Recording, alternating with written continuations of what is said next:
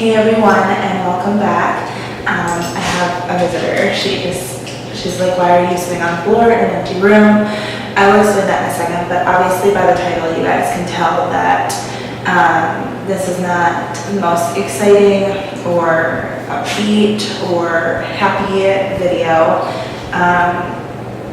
This is a video that is really difficult for me to record, and it'll be even more difficult for me to post and to kind of let the world know our struggles. And while it'll be difficult, it's something that I knew that if we ever got to this point, or if I ever had gotten pregnant before this, that it was a journey that I wanted to share. It just was like, when did I hit that point where it's like, okay, now is the time to start sharing? And I think with the happenings of the last 2 weeks, but especially a doctor's appointment that I had yesterday, which I'll talk into detail about, was kind of like, you know what, this is when I'm supposed to start sharing this. And there's a lot of reasons that I really wanted to share this, but more so just because while there's such a supportive community across the internet, whether it be in like websites like The Bump, all those different websites, whether it's on Facebook or Instagram, YouTube, I mean there's so many people that are going through or have gone through these same struggles that I wanted to be able to share my story. I wanted to share my story so that I had that information to go back on while I'm documenting it all in journals and in planners to keep myself organized and keep my facts straight. I want to be able to come back and look at the footage of exactly how I was feeling going through this stuff.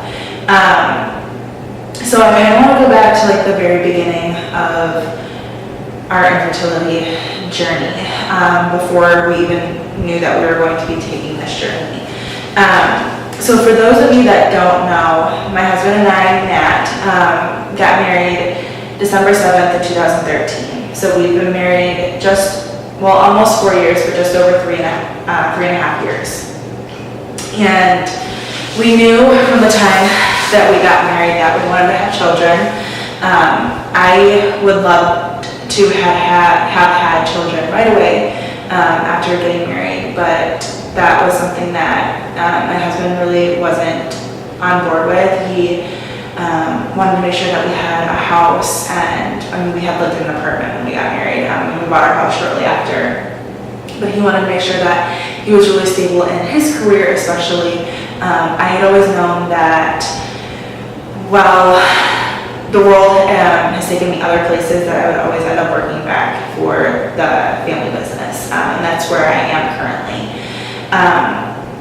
So that was never like a huge concern of mine as far as like, am I gonna have a good job, things like that. Like I knew in my heart that's where I was gonna end back up. And I worked other places since, but that's kind of beside the point.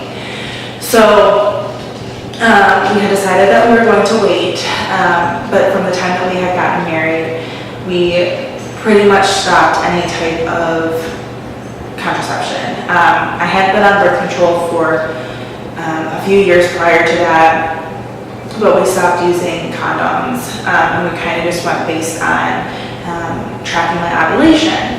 So we prevented that way for about 2 years, and then in January of 2016, we decided that, you know what, we're not going to really track things so closely. We're just kind of, if it happens, it happens. If it doesn't, then that's okay too. And when we're ready to actually start trying, we're both on the same page, then that's when that would happen.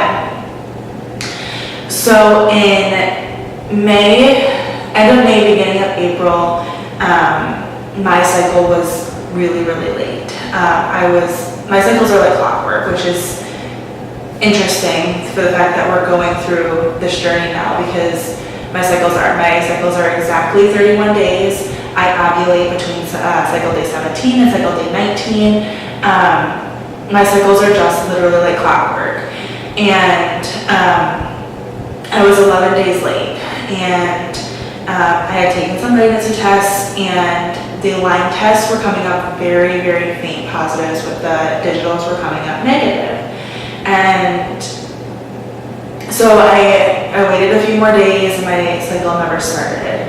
And it was still the same thing, like the tests weren't getting any darker, so I knew if I actually was pregnant, it was not going to end well, because at that point, being 11 days late,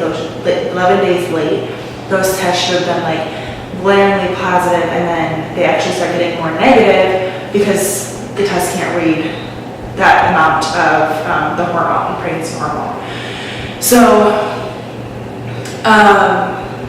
like I said, I would say probably 13 or 14 days late. It wasn't 2 weeks exactly. I had called and made myself a doctor's appointment, and I needed to get annual, pap smear and everything like that anyway. And so I made the appointment, and they couldn't get me in for a few days. And I had told them, I had gotten positive line tests, but they're super faint positives. I don't think it's a false positive because it's happened on several different tests. I had 3 tests. 2 were the same brand, and 1 was a different brand. But the digital tests were negative. And she's like, well, you can come in and do a blood test, and that'll tell us right away, or you can just wait until your scheduled visit. So because I was still on my parents' insurance at this time, here in Michigan, you can stay on your parents' insurance until you're 26. So I hadn't been kicked off my parents' insurance yet. Because of that, I didn't want to cause a replace. I didn't want to tell them, I didn't want them to find out if I was pregnant that way. I didn't want them to find out if there was an issue through my insurance. That just wasn't really what I wanted. So I was like, well, how about I'll go to my scheduled visit, which was the next week, and if my cycle still hasn't started, maybe I can do the blood work at that point. And they were fine with that. So literally 2 days later, I started bleeding, and it wasn't like a typical cycle. It was usually I know this is TMI, but you have to know that that's going to come with this type of video.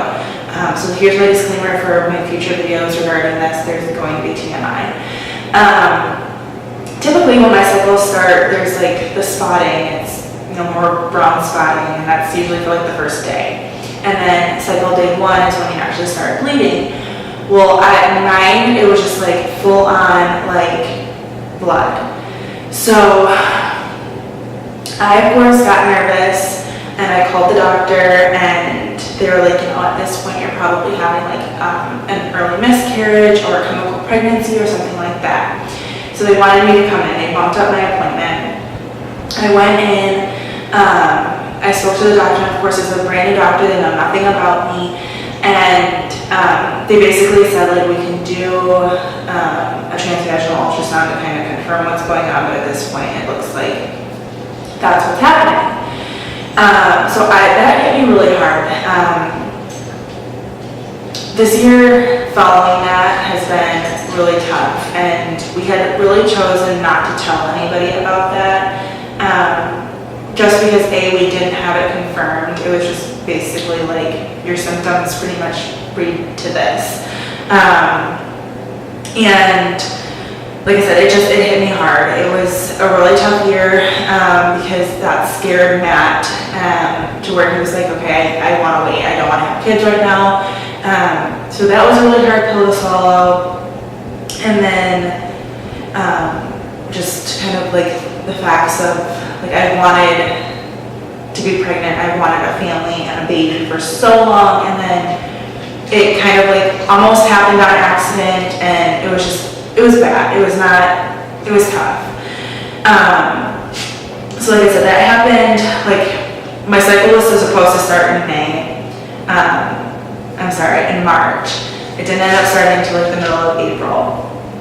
So after that, we took a few months off. We just were very careful during those few months. We still weren't using condoms or anything, but we were very careful on tracking my cycles. And then October hit. Well, not quite October, I'd say August. October, yeah. August hit, and I really, Matt and I started talking more, and we were like, well, maybe we should start trying to start a family in the next couple of months. I think this would be a good idea, yada, yada, yada. Well, we had booked a cruise. In October, I was really confident. I knew, I just had this feeling, this is gonna be our month.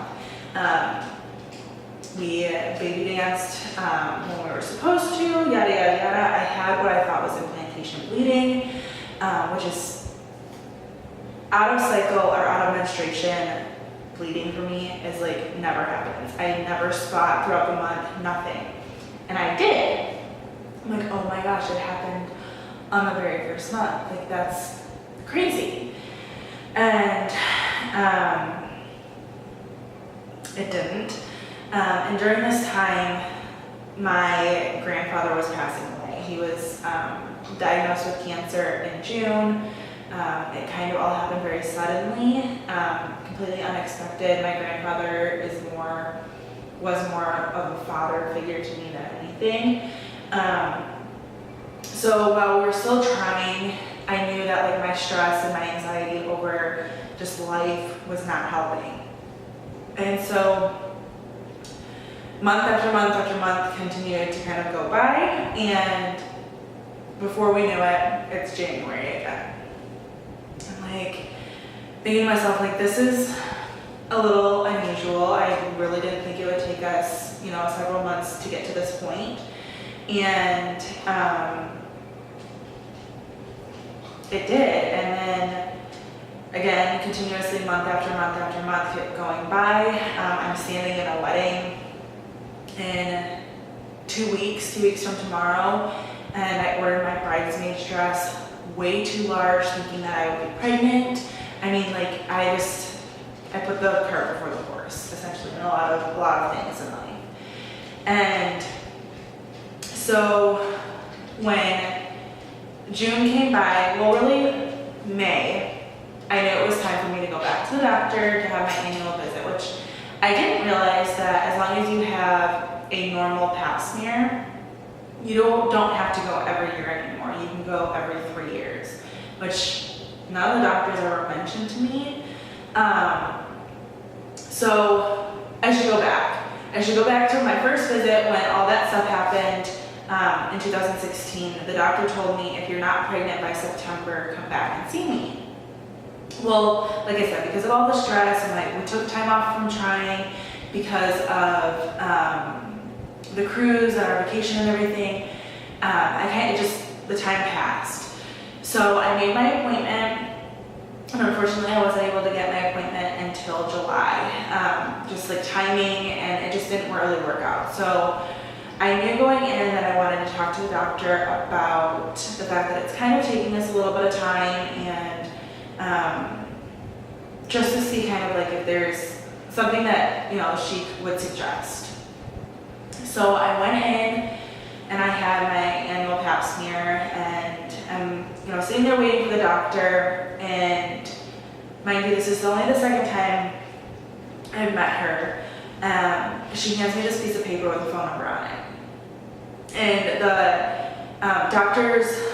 the physicians group that we use is part of the hospital that we have chosen that once we do get pregnant, if God willing we do, that's the hospital that I want to give birth in. So we picked our doctors kind of based on that, and I really lucked out. I've really ended up with some really great doctors through this whole thing so far.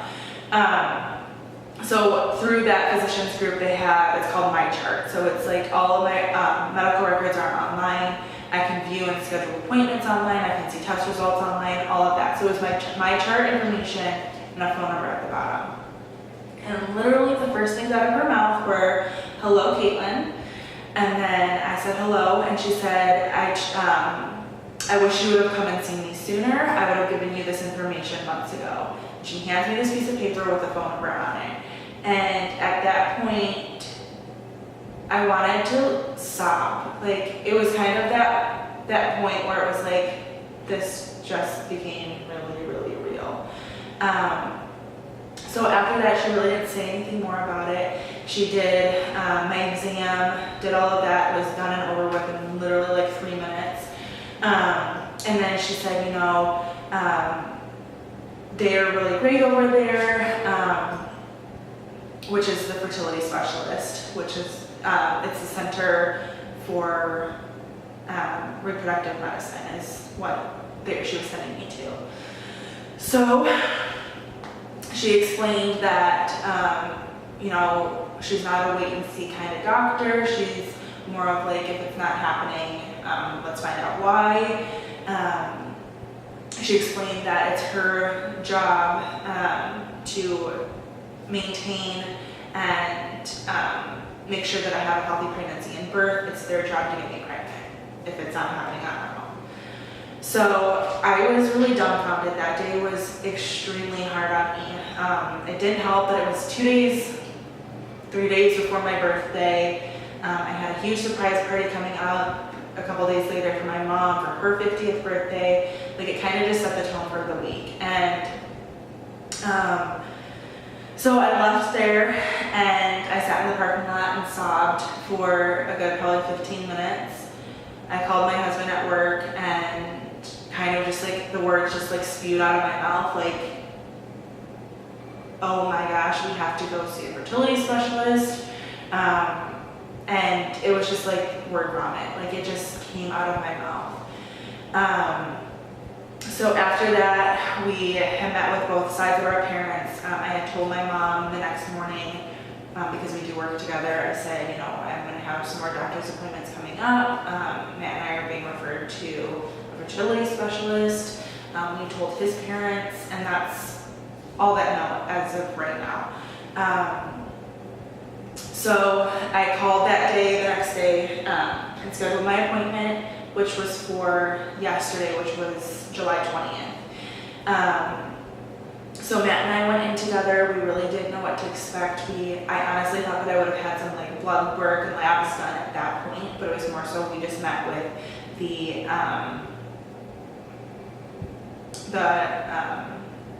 nurse practitioner, which she's really awesome. We kind of evaluated my cycle, and she went over a crap ton of paperwork. I actually went out and bought a folder today to kind of maintain all of the paperwork. But she scheduled me for labs during different parts of my cycle. She scheduled or gave us the order for Matt to have a semen analysis done. Sorry, I was drawing a blank. And then she also gave me the information to have a HSG test done. So I kind of wanted to talk about those things that I have coming up. So, like I said, she literally gave us like a pile of paper. She gave us obviously the financial waiver, which I'm not going to flip around because it does have some of my information on it. We have really great insurance, and luckily they cover a good portion of infertility findings. It's very tricky. They will cover the diagnostic side of it. Now, if it starts to be experimental as far as like fertility treatments and things like that go, they don't cover a single thing. So luckily, they're going to cover all of the things to find out why I'm not getting pregnant, most likely, all of those things, but they're not going to cover anything as far as getting me pregnant, which is a bummer. So obviously, just the financial waiver, they gave us a map of all of their locations and hours.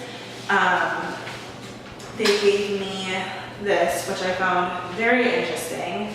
I don't think there's anything on here that would give away anything. Basically, it's this chart. I don't know if it's going to focus, but it talks about treatment options for mild endometriosis, mild male factor unexplained infertility. And at this point, we fell under the unexplained infertility category. So because I'm under the age of 30, with no treatment, just what we've been doing, I have less than a 5% chance of getting pregnant each month. With artificial insemination, I have a 13% chance, and then with IVF, I have a 60 to 65% chance. That 5% chance kind of like made my heart sink. Like, that's really, really shocking. And obviously these are all like averages and things like that, but this was just like a kind of an eye-opening piece of paper that she gave me. So as far as the appointments that she had set up for me, I have to go and have a panel of blood work done on cycle day 24, which is August 3rd. And during that, they're doing a progesterone test, they're doing a lipid profile, they're testing my A1C or my hemoglobin, my sugar levels essentially. They're testing this antibody screen for some sort of antibody. They're doing an anti-malarian hormone test. They're doing a TSH test, which I don't know what half of these are.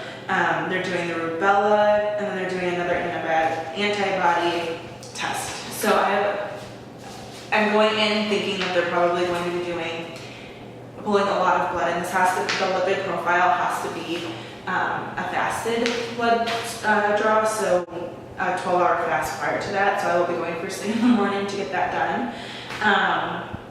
So like I said, that's on August 3rd. So that's my next appointment, if you will. However, I'm just going into a lab close to home, and they'll send my information, because unfortunately where the Center for Reproductive Medicine is like 45 minutes away from our house. It's not close at all, where my OBGYN is literally like 5 miles from home. So after that test, I'll get the results back, and that will kind of move forward.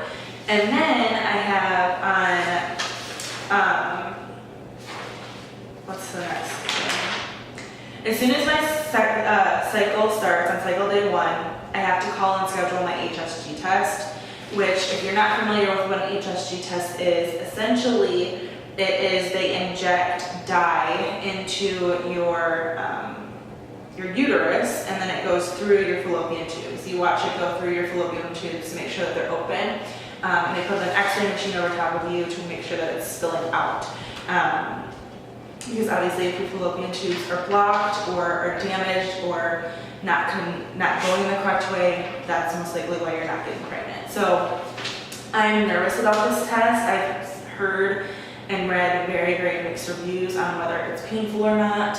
I'm a little nervous about this, but I have to schedule this on cycle day 1 because it has to be done on a specific cycle day. It has to be done between cycle day 6 and cycle day 13. For me, it'll probably be more like cycle day 10 again, because I still am bleeding at cycle days like 7 and 8 sometimes. So I have to call and schedule that. And then on cycle day 2 or 3, which ends up being like August, it'll be either August 10th, 11th, or 12th, which is unfortunately the weekend of the wedding that I'm standing in. I have to go and have more blood drawn. So they're doing, they're testing for 3 different things at that point. I don't know what these codes are, so I can't even tell you what those are. So that leads us to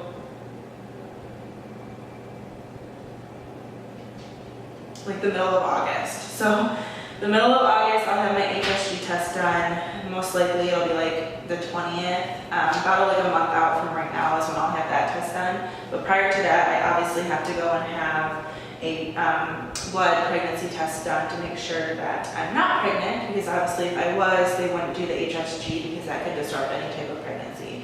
So I have to go and have that blood test done. And then while I'm doing all of that stuff, Matt has to go and have his semen analysis done. So that's kind of where we're at right now. That's all of our appointments. So when all of that stuff is done, my HSG is done, all that blood work is done, I will schedule an appointment to go back and talk to the actual doctor as well as nurse practitioner to kind of go over all of the results. So basically, at that point, if there's still nothing explaining it, I still fall under that category of unexplained infertility. So at that point, we have to make a decision on whether or not we're just going to continue to try naturally, or if we're going to try and do like an IUI or artificial insemination, which is 100% out of pocket. So our plan as of right now is, if it is something where it's unexplained, we are going to continue to try naturally probably through the new year. Through our insurance, we have flexible spending. And for this year, we only have like $300 of flexible spending left, whereas next year we'll max it out, so we end up with, I think it's like $2,500 of flexible spending, or maybe it's $1,500.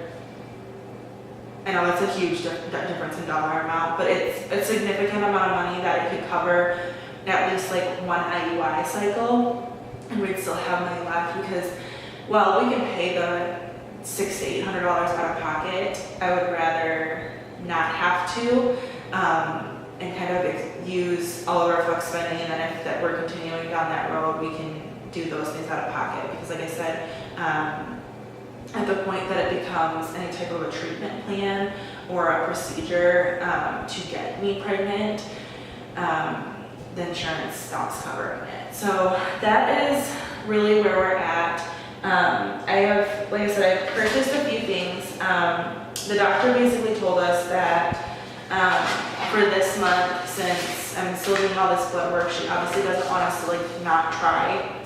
But she put us on a cycle of baby dancing every other day from cycle day 10, which was yesterday, to cycle day 19. So that's kind of what we're, like the only thing that we're doing right now. Is just kind of sticking with her plan. Okay, sorry guys, it cut out, but she told me that I'm not allowed to track my cycle, just to go based on the dates that she's giving me, as far as like, don't worry about cycle day, whatever, until like your cycle starts, and then next month we'll worry about those things.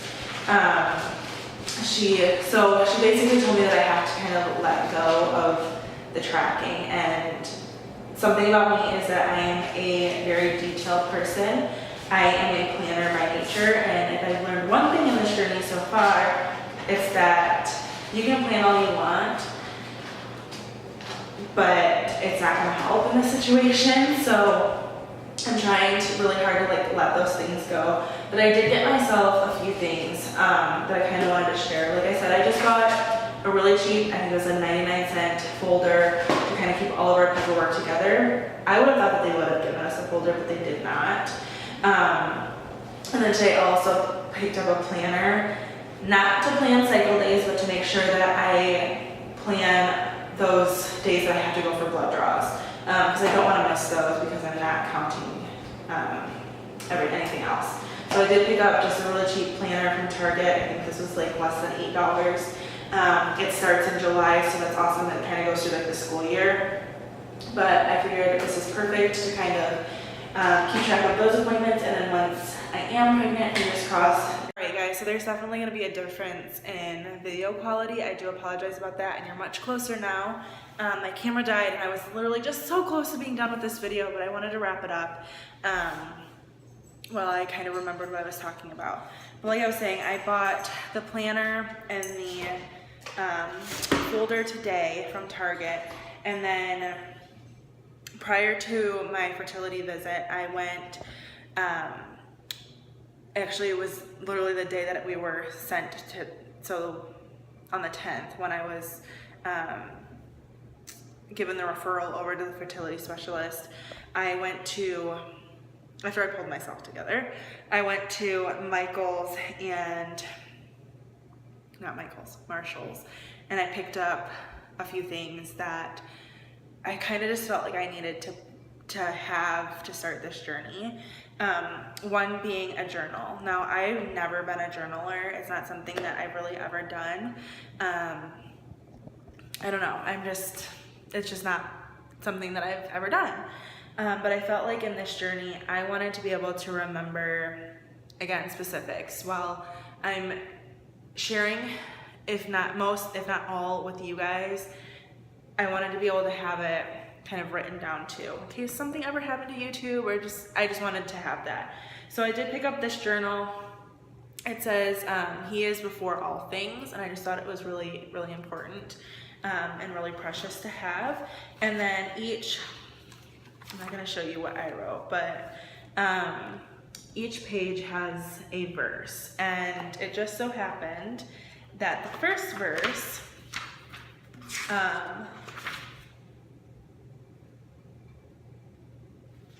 The first verse on the first page was Jeremiah 29:11, which is for, I know the plans I have for you, declares the Lord. Plans to prosper you and not to harm you. Plans to give you hope and a future. And I just thought that was what I needed to hear that day. So I did journal a little bit about my feelings on that first day, but it's not something I write in every day. I didn't even write it in it after my fertility consult yesterday. But it's just something that when I'm feeling like I need to just express myself, I have a place to do that. So I did buy that. Okay, so that's kind of where I stand now. I know I shared a lot of information in this video. I kind of just put it all out there on the table. If there's specific questions or things that I briefly mentioned that you want more information on, leave those in comments below and I can either do a full dedicated video to that, or if there's enough questions, maybe I can just do a Q&A to answer those things. Just remember that this is a very vulnerable state for me. I'm trying to put this information out there for myself, but for those that are either going through the journey or have gone through the journey, or sorry guys, my arm's getting tired. It's very different from anything I've ever shared. So be kind. I would love to hear your stories in the comments, but any negative comments will be deleted and you will be blocked. I'm just gonna put it that way because there's no need for it in this type of video. So I hope you guys are having a great day. I was gonna say enjoyed this video, but I don't know that that's really appropriate. I hope you're having a great day. I will be back with another video soon, whether it's infertility related or not, I'm not quite sure yet. But as these appointments happen and things happen, I will most definitely keep you guys updated. I don't want this channel to just turn into a fertility channel, because there's so much more to my life than that. While it seems like this is ever consuming right now, there's just a lot more to me, and I want to get back to sharing those things, whether it's beauty related, which I haven't done anything beauty related in forever. My face is breaking out really bad right about now. Whether it's beauty related or household related, there's a lot of home decor things that I want to share with you guys soon. Decorate with me. We just had some major renovations done in our house. We had our hardwood floors refinished, so I'm going through and decorating and redecorating some rooms in our house. So I want to share all of those things with you, but I think this is just a chapter in our lives that I really wanted to share. I don't know if I'll get mad on these videos very often, maybe. We'll just have to kind of play it by ear. But thank you guys for all the love and support, and I will talk to you all very soon. Bye guys. Okay, so that's kind of where I stand now. I know I shared a lot of information in this video. I kind of just put it all out there on the table. If there's specific questions or things that I briefly mentioned that you want more information on, leave those in comments below and I can either do a full dedicated video to that, or if there's enough questions, maybe I can just do a Q&A to answer those things. Just remember that this is a very vulnerable state for me. I'm trying to put this information out there for myself, but for those that are either going through the journey or have gone through the journey, or sorry guys, my arm's getting tired. It's very different from anything I've ever shared. So be kind. I would love to hear your stories in the comments, but any negative comments will be deleted and you will be blocked. I'm just gonna put it that way because there's no need for it in this type of video. So I hope you guys are having a great day. I was gonna say enjoyed this video, but I don't know that that's really appropriate. I hope you're having a great day. I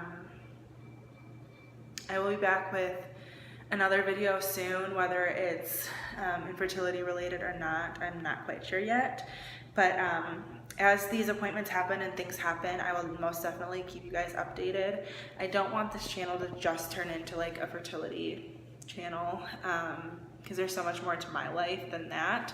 While it seems like this is ever consuming right now, there's just a lot more to me, and I want to get back to sharing those things, whether it's beauty related, which I haven't done anything beauty related in forever.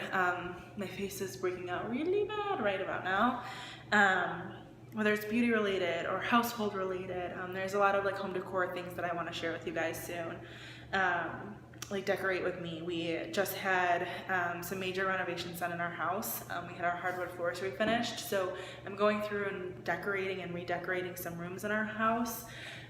So I want to share all of those things with you, but I think this is just a chapter in our lives that I really wanted to share. I don't know if I'll get mad on these videos very often, maybe. We'll just have to kind of play it by ear. But thank you guys for all the love and support, and I will talk to you all very soon.